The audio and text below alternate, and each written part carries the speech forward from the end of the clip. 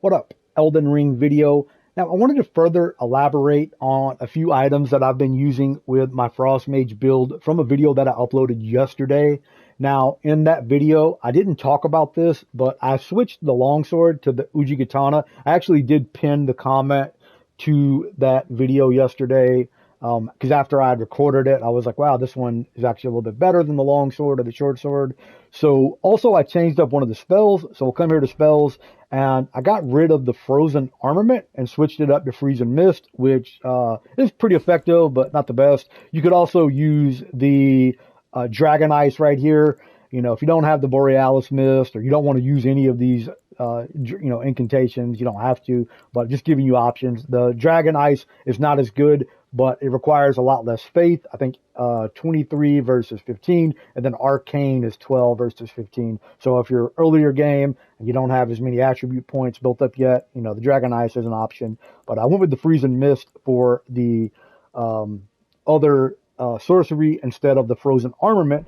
And the reason for that is because I don't need Frozen Mist, or I don't need Frozen Armament, because right here on the Uchigatana, I have the Chillin' Mist, which is basically the same effect, but it does a lot more frost buildup. It actually does 105, but it has the added bonus of causing blood loss buildup of 38. So I'm getting 105 plus 38 right there. So what is that, like 143? With passive effects that I'm getting, blood loss and frost buildup, really good.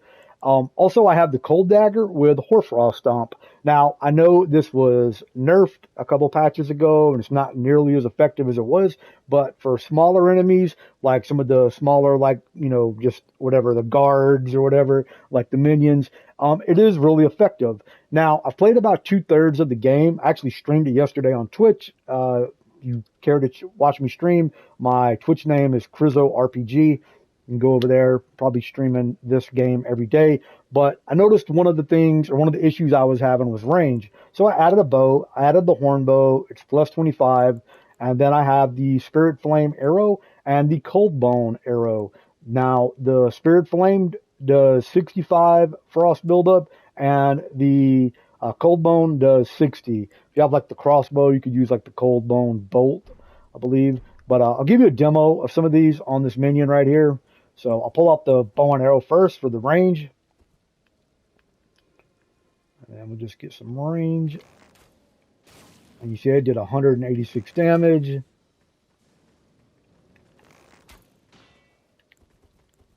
And then we could do a little bit of the Hoarfrost Stomp here. And you see that, like 2 stomps, he's basically dead. One thing that I do like to use is I'll have my, let me just give you an example here. And this actually works really effective on some of the middle tier, like small bosses. You know, you have like right here in this area, you're going to have like the small boss, a medium boss, and then way at the end of the road down there, you have like the big little boss, I guess. But you can kind of do something like this, like you can do the Hoarfrost, and then just come with the Duelist Moonblade, and then just delete them. Same thing with like a middle boss. Oh, I didn't delete him right there. His vitality kept him alive. Isn't that something? But I just wanted to mention those as other viable options right there. You know, for range, definitely get you a bow with some of the frost arrows. For the Hoarfrost, I like that. Like in certain mobs, it's really effective at, you know, implementing or proccing them with a little bit of the frost damage, especially if you can get that off twice before. Let me see, where is the Hoarfrost Stomp right here? You know, you can get that off. You know, you do 2 stomps. You know, and that's pretty much a little proc them with that frost or whatever. And then, of course, you're going to have the Chillin' Mist. And let me just show you that on this enemy right here. So it's going to have the Unsheath, similar to the Moonveil. So basically, just have your wand in your hand, and then you see it does the damage. And it's pretty good.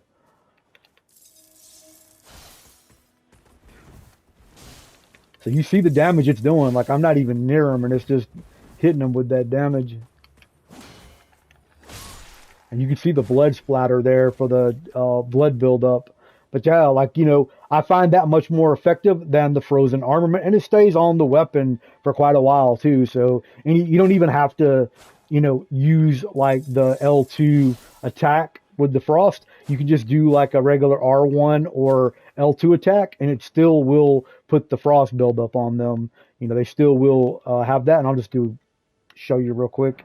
And then I'll wrap it up right here. I just thought I'd mention that because I didn't mention that in the video yesterday. So once we have it activated right here, we can just like sneak up on them and then apply some frost damage to them. You see he has the frost damage there. Let me just step back.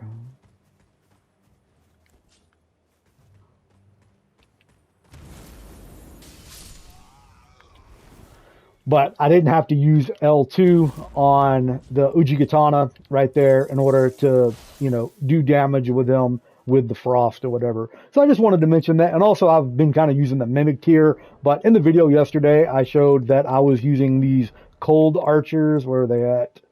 Let's see if I could find them. Oh, right here, the archer ashes.